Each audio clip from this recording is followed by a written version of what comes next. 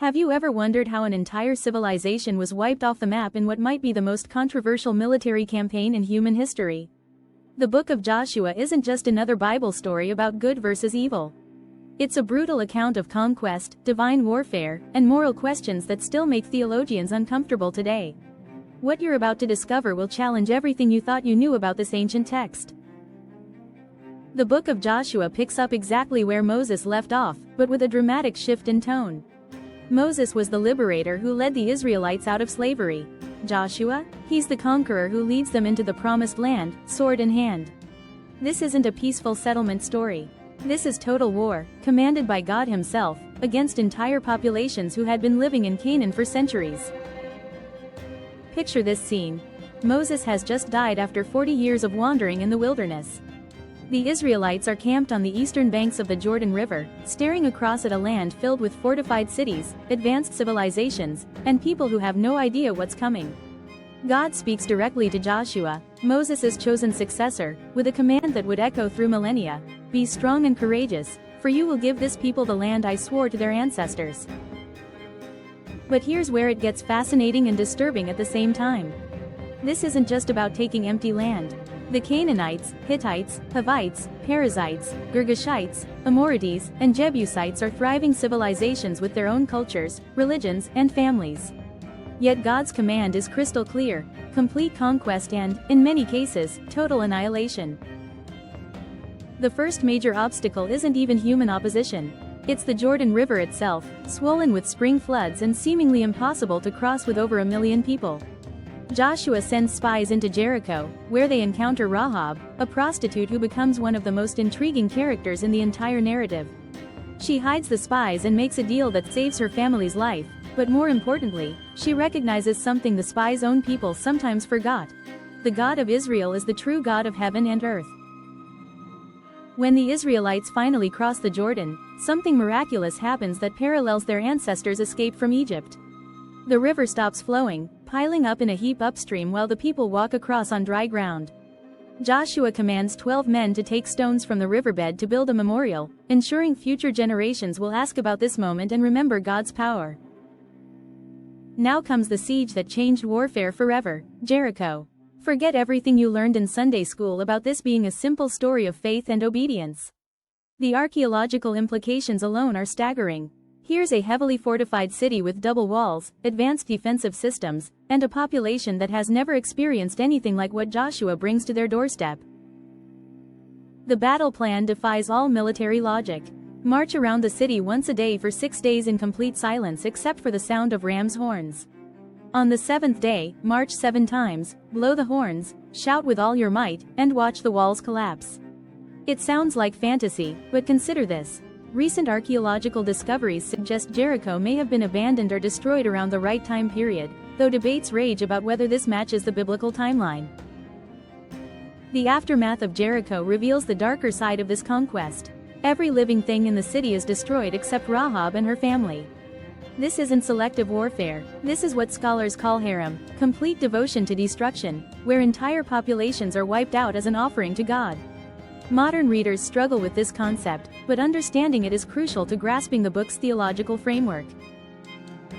But victory breeds overconfidence. The next target, a small city called Ai, should have been easy after Jericho. Instead, the Israelites suffer a humiliating defeat because one man, Achan, violated God's command by keeping forbidden plunder from Jericho. His punishment reveals how seriously God takes obedience. Achan, his family, and all his possessions are stoned and burned. The message is unmistakable: partial obedience equals complete failure. The second attack on Ai introduces sophisticated military tactics. Joshua employs an ambush strategy, dividing his forces and using deception to draw the city's defenders away from their walls. It works perfectly, and Ai meets the same fate as Jericho. But here's what's fascinating. Joshua builds an altar and reads the entire law of Moses to the assembled people, including women, children, and foreigners. In the midst of brutal conquest, there's this moment of recommitment to justice and moral law. The Gibeonites present Joshua with his greatest diplomatic challenge.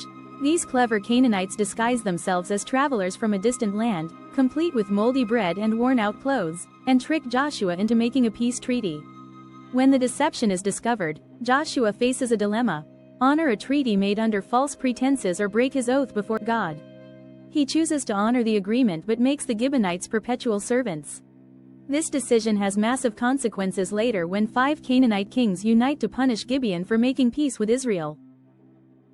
The battle that follows features one of the most controversial miracles in the Bible. As Joshua pursues the fleeing kings, he prays for the sun and moon to stand still so daylight will last longer. The text claims the sun stopped in the middle of the sky for about a full day. Scientists, theologians, and historians have debated this event for centuries. Was it literal, metaphorical, a localized phenomenon? The text treats it as historical fact, calling it unique in all of human history. The southern campaign that follows reads like a military report. Makkedah, Libnah, Lachish, Eglon, Hebron, and Debir all fall in rapid succession. Each conquest follows a similar pattern: siege, victory, and complete destruction of the population. The repetitive nature of these accounts emphasizes the systematic nature of the conquest and God's consistent support for Israel's mission. The Northern Coalition poses the greatest military threat. Led by Jabin, king of Hazor, this alliance assembles forces described as numerous as sand on the seashore, with horses and chariots that would have struck terror into Bronze Age infantry. Yet Joshua's surprise attack at the waters of Merom results in another decisive victory. The burning of Hazor, described as the head of all these kingdoms, effectively ends organized resistance to Israelite conquest. But here's where the narrative takes an unexpected turn. Despite these dramatic victories, the conquest is incomplete. Large portions of the land remain unconquered, and many Canaanite populations survive in their cities. This partial success sets up conflicts that will plague Israel for centuries and raises theological questions about God's promises and human responsibility. The land distribution that occupies the book's second half reveals careful organization and divine guidance. Each tribe receives territory determined by casting lots, a method that removes human favoritism and places the decision in God's hands. The detailed boundary descriptions might seem boring, but they represent something revolutionary: a systematic approach to governance that balances tribal autonomy with national unity. Joshua's final speeches mirror Moses' farewell addresses but with harder-won wisdom. He's seen what happens when people drift away from God's commands. His warnings about serving foreign gods aren't theoretical, they're based on observing human nature during decades of leadership.